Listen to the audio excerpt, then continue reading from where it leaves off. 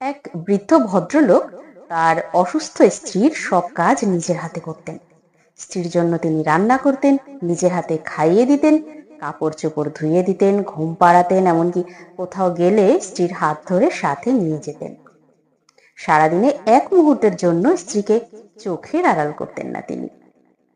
একদিন এক প্রতিবেশী কিছুটা বিরক্তি সহকারে বৃদ্ধকে জিজ্ঞাসা করলেন, আপনি সারাদিন আপনার স্ত্রীর সাথে থাকেন কেন?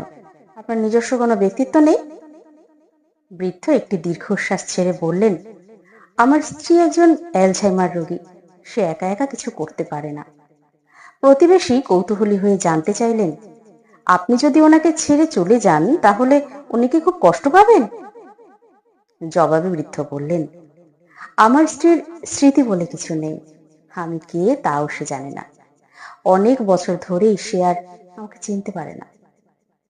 প্রতিবেশী বিস্মিত দৃষ্টিতে বললেন, তারপরও প্রতিদিন আপনি তাকে সঙ্গ দিয়ে যাচ্ছেন, যে আপনাকে চেনেই না? বর্ষিয়ান মানুষটি মৃদু হেসে বললেন, সে জানে না আমি কে, কিন্তু আমি তো জানি সে কে। সে হলো আমার ভালোবাসা।